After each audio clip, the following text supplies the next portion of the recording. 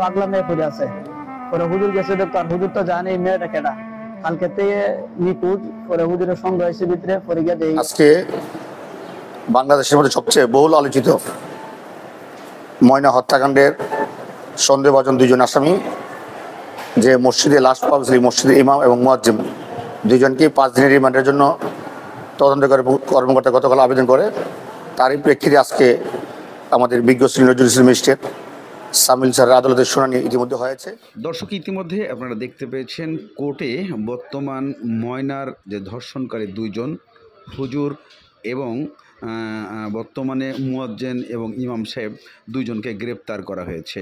দুইজনেই কোর্টে বর্তমান পুলিশ তাদেরকে হ্যান্ডওভার করে আবার জেল হাজতে পাঠানোর ব্যবস্থা করছে। তবে প্রশ্ন একটাই, এরা সত্যিকারের যদি ধর্ষণকারী হয়ে থাকে তাহলে এটা প্রকাশ্যে বিচার করা দরকার।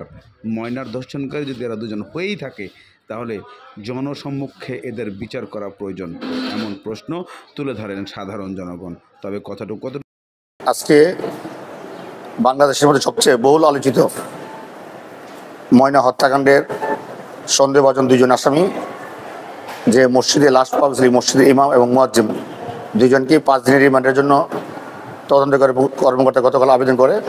তারই প্রেক্ষিতে আজকে আমাদের বিজ্ঞ সিনিয়র জুডিশিয়াল ম্যাজিস্ট্রেট সামিল স্যারের আদালতের শুনানি ইতিমধ্যে হয়েছে। রাষ্ট্রপক্ষে তদন্তকারী কর্মকর্তা ছিলেন এবং কোর্ট সিজে ছিলেন, এবং আমরা বাদীপক্ষে আমরা ছিলাম, রাষ্ট্রপক্ষে সহযোগিতা করেছি।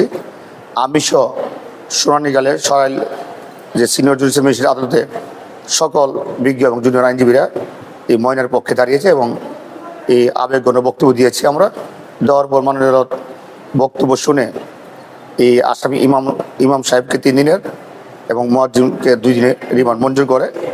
আর সবচেয়ে বড় খুশির বিষয় হলো এই যে একটা নৃশংস একটা লোহমর্ষক ঘটনার কারণে আসামি কোনো আইনজীবী আজকে ব্রাহ্মণবাড়িয়া জেলা আইনজীবী সমিতি দাঁড়ায়নি।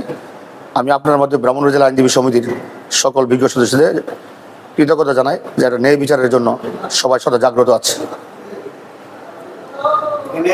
পুলিশ তো তদন্ত করতেছে এবং দুজনকে ইমাম এবং মুয়াজ্জিনকে তাৎক্ষণিক আটক করে আজকে আবার রিমান্ডের জন্য আবেদন করছে। যে পুলিশে যে ওনারা যে তদন্তটা করতেছে, আইনজীবী হিসেবে আপনি কি মনে করেন যে তদন্তটা ঠিকভাবে হচ্ছে?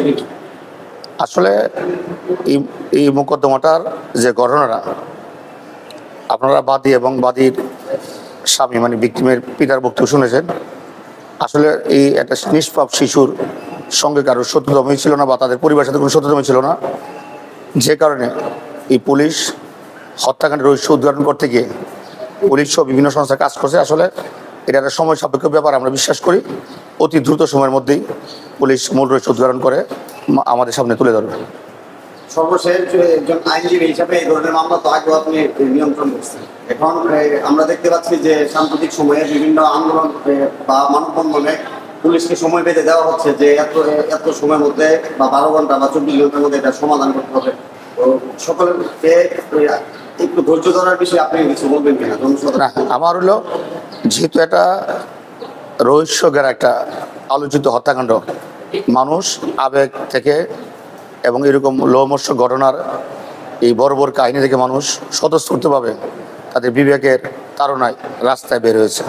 তবে আমি সবাইকে বলবো, যেহেতু একটা ঘটনার রহস্যজনক এখন উদ্ধার করতে পারে না, সেই ক্ষেত্রে পুলিশকে আমরা আবার আলটিমেটাম দেওয়া ঠিক হবে না। এই জন্য তাহলে মামলার মূল রহস্য থেকে এবার উল্টা দিকে মন নিতে পারে। সেই জন্য আমরা আমাদের অবস্থান থেকে সকলকে পুলিশকে সহযোগিতা করার জন্য অনুরোধ করব। এবং আমি পাশাপাশি তদন্তকার সংস্থার সকলকে বলবো, আপনারা তদন্তের গতিবিধি আরও দ্রুত। ইমাম সাহেব ও বর্তমানে মুয়াজ্জিনকে দুজনকে কোনোভাবেই রিমান্ড 5 দিন নেওয়ার পরে তাদেরকে কোনোভাবেই সুযোগ দেওয়া হবে না বাইরে আসার এবং যাওয়ার। তাদেরকে গণসম্মুখে হত্যা করার